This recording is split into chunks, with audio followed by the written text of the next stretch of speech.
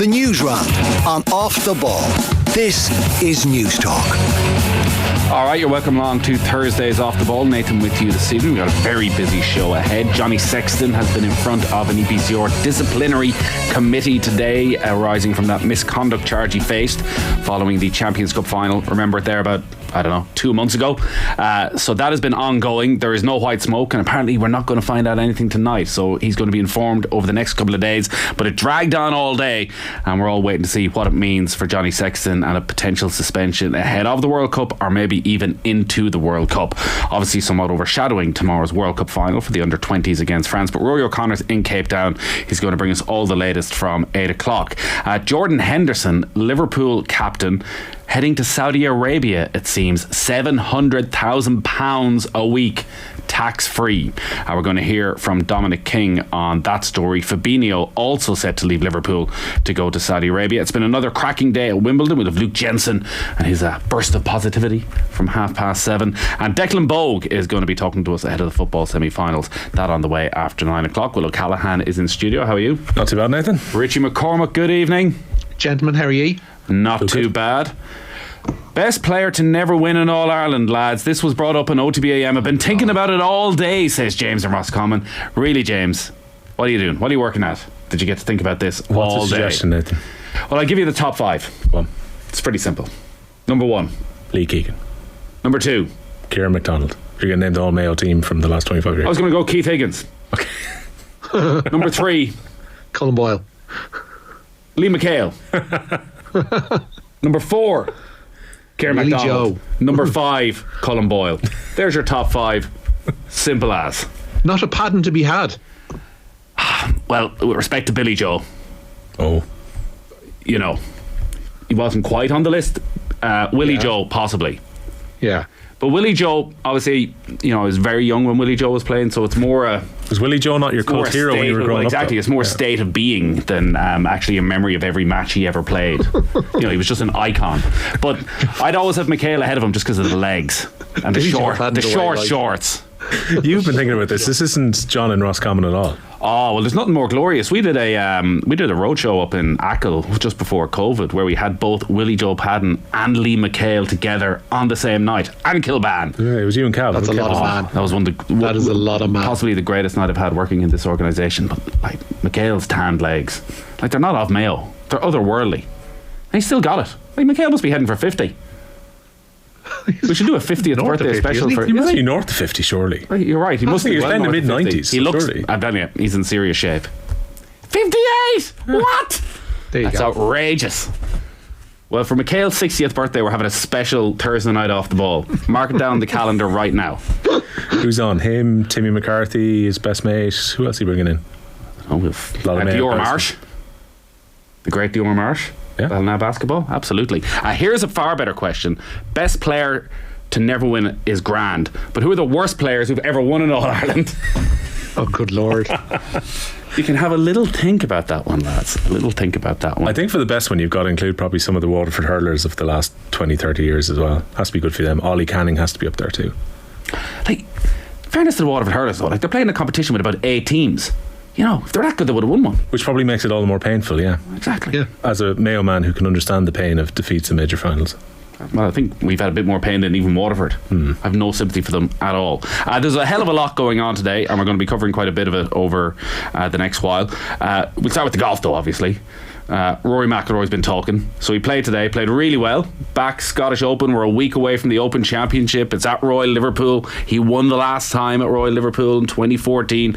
Starts off brilliantly at the Renaissance Club. You think Rory's going to be happy with life. Obviously there's been a lot of live talk. With the Senate hearing over the last 24 hours and all that. He was asked about live, and part of the live conversation, I'm sure you probably heard Joe's chat last night with Jeff Shackelford, when Amanda Staveley of Newcastle United fame was putting together her list of things that she would like to purchase for them, yeah. So, a little bit of give and take here and there. Part of it was that both Rory McIlroy and Tiger Woods would be offered live team ownership and play in 10 tournaments each, which I pointed out in Golf Weekly today. I definitely think raises the possibility of a hologram version of Tiger Woods playing in golf tournaments some stage, not that far into the future. I do think there's no way he's going around for 10 tournaments a year, PGA or live. Anytime soon. Rory was asked about it today. Gave a very considered response. He said, if live golf was the last place to play golf on earth, I'd retire. Now, the people around live golf are partially his future employers, are they not, Nathan? Absolutely. Like, this feels like major shade, even if he can go, no, it's the live concept I have an issue with, not the new amalgamation, merger, whatever terms you want to use. He's still just turned around and said, you know what, stick your epoxy league. It's very strange because I would see it as PIF and LIV are more or less the same thing. Yes, different lettering, but the PIF owns, runs live golf. I think what McIlroy is trying to say is the Greg Norman entity is something he never wants to be a part of. But it is going to be fascinating as this develops, and already following on from the Senate hearing, even in the last hour, they're trying to pick apart this deal, and both sides have now bizarrely agreed that they will still poach from either side. So it was anti-competitive that Liv had agreed to stop poaching from the PGA Tour. The players should still be offered up. How all this develops, God knows, but you would have to think that there is every possibility that McIlroy would be expected to play in some sort of a live event, play in Saudi Arabia, or maybe he just says, as he said previously, didn't like where the money is coming from, and he plays his PGA Tour events and whatever live swing there is in the winter in Saudi, he just skips it all. Maybe he pays his fine if he doesn't turn up for certain tournaments that are designated in the Middle East or whatever else and moves on. It's incredible because we were on Golf Weekly recording earlier and after Rory's round, and he didn't do any media at all this week ahead, and we were saying again, we thought maybe this was just an American thing post the Masters, that he was staying out of stuff for a little while, Richie, and then straight after his round just drops this absolute bombshell that will get everybody talking for the next week. Yeah, but it's not saying anything new. So I don't know. I'm kind of finding the whole Rory hates live thing kind of tiresome, particularly when it is the same entity and the same pockets funding now literally all of golf, all of men's golf at least anyway. I don't know what his gripe is now at this stage. It's losing a bit of steam. Well, I think his gripe, if it's more difficult to look at now that they're coming together and there seems to be the issues at board level have been cleared up. His issue is Liv came in and tried to destroy the game of professional golf as it was. Yeah, so it seems his issue is far less the ownership and more so they tried to divide golf in half. And I think it's most definitely just personal with Greg Norman as well, with the way it developed. Mate of mine Connor's been in touch. Patrick Horgan, decent shout. Mick Cork says Patrick Horgan's got to be up there as well. Hard to think it's nearly 20 years since Liam was Leeside. It's a drought. And John on YouTube, hurling top four: Tony Brown, John Milan, Ollie Canning, Kieran Carey. So he didn't put Hoggy in there. Lads, best non-Mayo players never to win an All-Ireland. That's the new list. That's the new list we're going with. Declan Brown, Matty Ford, Eamon O'Hara, Paul Pardon, Desi Dolan. All good players. All probably. Yeah. I think you've just given a list of the best players of their respective counties. I heard Shane trying to get Monaghan in, and people were complaining he was just using his Monaghan bias by trying to get McManus in as one of his best ever. Shane's Monaghan bias? Surely not. I know, never heard of it, Richie. No, shocking. Garrod, who's watching us on YouTube, was at Liv in St Albans at Centurion last Friday. Concept is excellent. He loves a flash mob, does Garrod. That's what gets him going at a golf tournament. What did Garrod like? Was it the beer's been thrown out? That's what we want to know. That's what we want to know. We had our Golf Weekly Day on Monday at Killeen Castle, and last weekend, so Liv, you would have said, was of the male tournaments the one that stood out. So you had a DP World Tour event, you had a PGA Tour event that none of the top guys were played in, you had Live Golf, and we asked the audience who had watched what, and I think half the audience had watched the European Tour Golf on the Sunday afternoon. A good percentage had watched the PGA Tour on the Sunday night, or I would say we're flicking between that and the Women's US Open. I think 2 people had watched the Live event, and it was Cam Smith against Patrick Reed. Like, it's not having any cut through at all. Our friends of the pod golf purists, though, who would be turned off by they're absolute golf nerds. They're nerds. They'll watch Anthem. Except live golf, it turns out. Yeah, they'll watch two lads trying to play pitch and putt up in St Anne's Park, to be honest. But like, they won't watch live. Is live golf? Pitch and putt in St Anne's Park? There is, yeah. Here, I'll tell you where it was. I was down in Marlay Park, which is, some would say, a superior park, Richie. The south-side equivalent. On the south side. Well, you see, Marlay Park doesn't have a seaside frontage. It's got St Anne's Park doesn't have the mountains in the background, does it?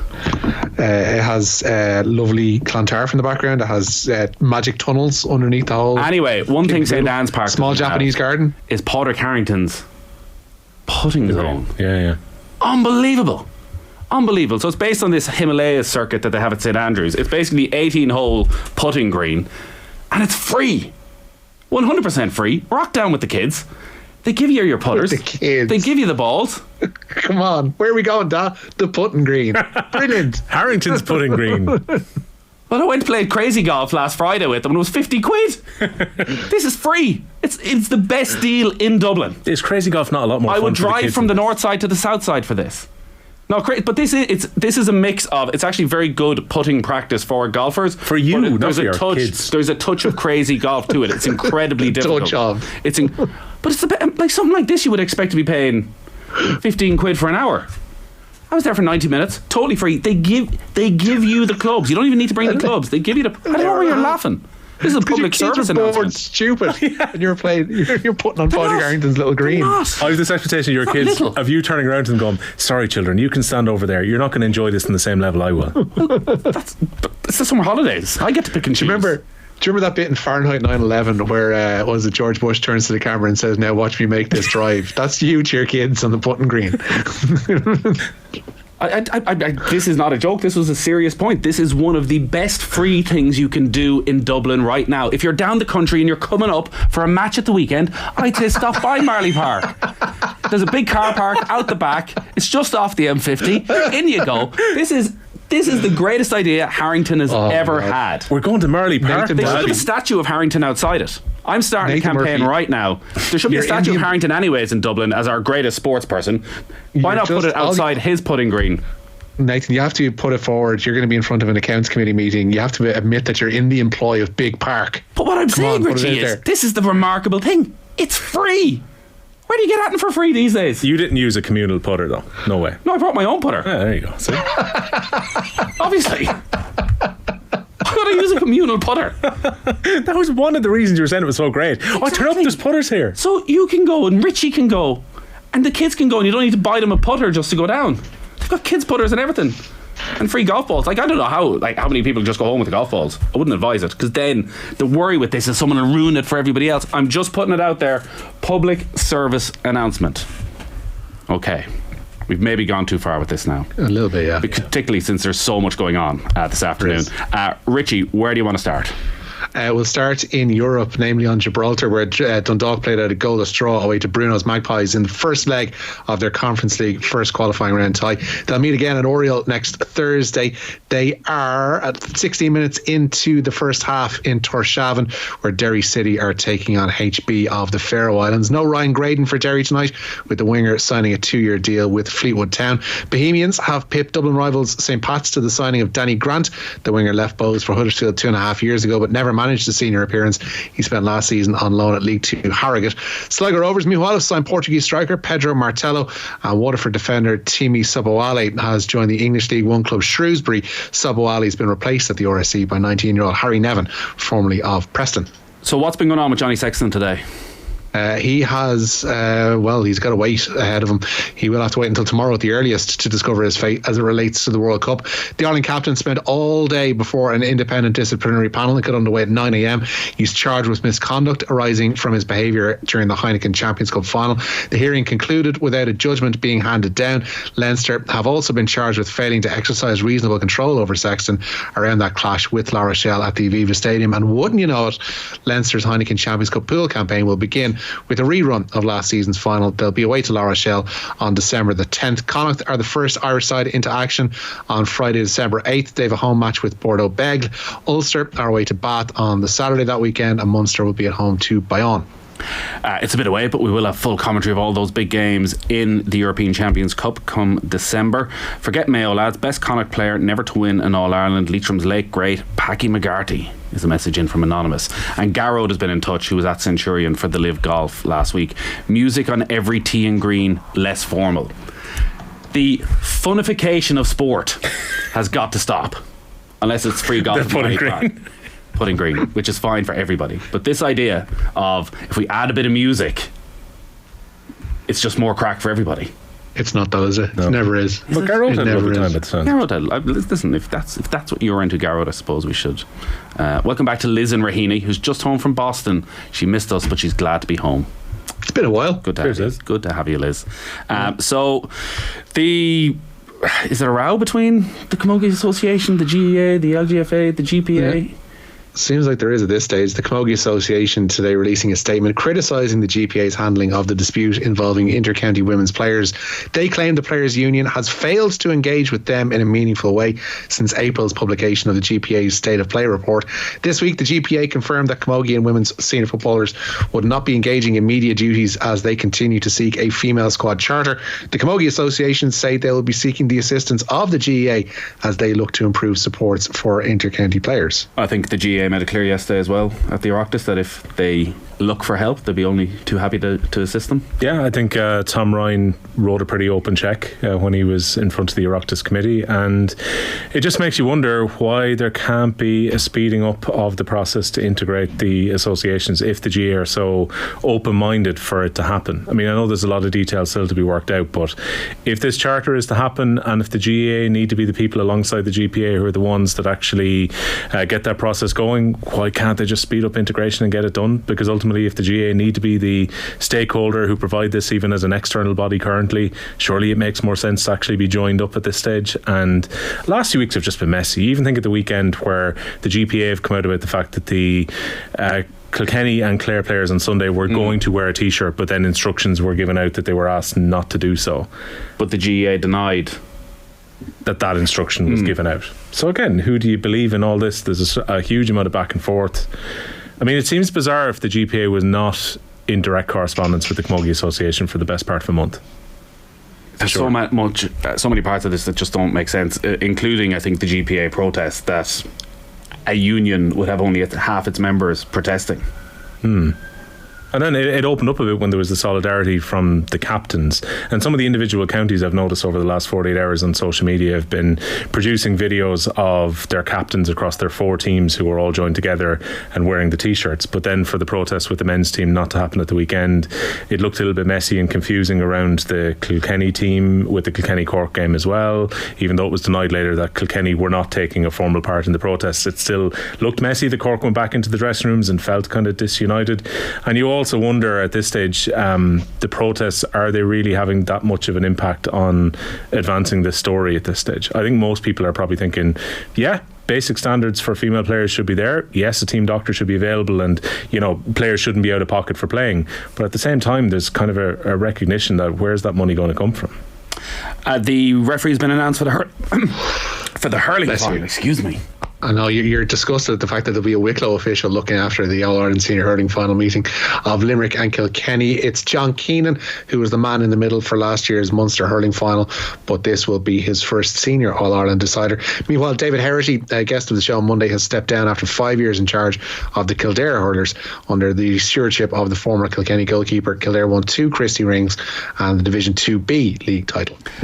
I've only seen half of this interview so far, and I'm sure a lot of people have watched it today. It's been doing the rounds online, but I would recommend everybody does sit down for a little while and watch it. So Dele Alli has sat down with Gary Neville to talk about some of the issues that he's faced over the last few years. I should point out the only reason he ended up talking to Gary Neville was because a tabloid had threatened to go public with his story that he'd been in rehab. What can you tell us about it, Richie?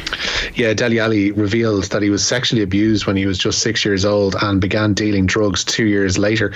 The Everton midfielder was talking about his childhood on the Overlap podcast with Gary Neville.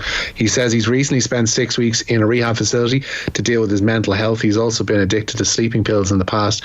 The 27-year-old, as you mentioned there, says he only decided to approach Neville and his people with his story when a tabloid threatened to go public with that rehab tale. Yeah, it really is dreadful what Dele Alli has been through. And look, we're probably all guilty of looking at his career from afar and wondering what might have been and what could have been, considering just how brilliant he was. And those couple of years under Maurizio Pochettino at Tottenham, and such a force for the England side, and hard to imagine back in 2016 that when England are competitive at a 2022 World Cup, he's nowhere near the squad, not even in contention, and barely playing football. Whereas I think when you listen to his story, actually the success is that he had this sort of career at all, that he was able to get to the very top, considering all he went through when he was a kid. Particularly, he points out, if you watch the full video, that even when he was at his absolute peak around 2018, particularly that summer with England, when they got to the World Cup semi-finals, he was saying outwardly he was playing really well, he was smiling, everyone thought he was jovial and really good fun, and at the same time he was in the middle of having to hide everything, and also he was on sleeping pills at the time, and he felt that everything was a mess outside of football. It was almost like football was a relief at the time. And then I think for so many people, that wasted potential narrative is obviously huge, and people try to distill it back to almost the conversation with Jose Mourinho, which was filmed as part of the Tottenham documentary, which is almost this idea that Dele Alli doesn't want it enough, that it was almost all before him. And then you probably get an appreciation when you see him break down and get Gary Neville gets remarkably emotional himself while talking to Dele Alli, as Dele Alli shares his story on this as well. You probably realise what this guy's been going through, not just for the period where people talk about his wasted potential, but issues he's had since he was only a very, very young boy. You can watch that online on the Overlap now. Luke Jensen coming up in about 10 minutes time on Wimbledon, but ladies single semi-finals day today. Yeah, it was a great, particularly the second match on centre court. Ons Jabeur through to a second consecutive Wimbledon women's singles final. The 7th seed came from a set and 4-2 down in the second to beat the second seed Aryna Sabalenka in 3 sets today. Jabeur will play Marketa Vondrousova in Saturday's final. The Czech beat Alina Svitolina 6-3, 6-3 in the first match on centre court. I'm a bit concerned now about the putting green in Marlay, because it's in really good condition. So you would think, again, that when there's that many people on it, that it could get wrecked. Bad weather recently. But they have a limit on the amount of people that can go on every day. You're not helping this by going on the radio going, this was like the best kept secret in South Dublin. Not anymore. I've opened it up to the masses. 5-star rating for the Marlay putting green, says One Trick Pony on YouTube. And Enda has been in touch on Twitter. Sounds brilliant. My son was up in Dublin today. He'll be sickened that he could have spent an hour or two putting there. Do I tell him he'll be leaving the country for a while next week? Like, it's good, but I don't know if it's going to a nice little treat in your final few hours in the country. Exactly. Let's go putt for an hour. Yeah, I think the little statue of Harrington outside would be a great idea, wouldn't it? That's very weird. Why would we not have why should we not have a statue of Padraig Harrington? You should probably, if Padraig Harrington was from down the country, you'd absolutely have a statue of him. There'll end up being a statue of Shane Lowry in Clara. 100%. There's one already. I was just going to say, I'm surprised there's not one already. So why wouldn't we have a statue of Harrington? Not in Marlay Park, maybe in Stackstown.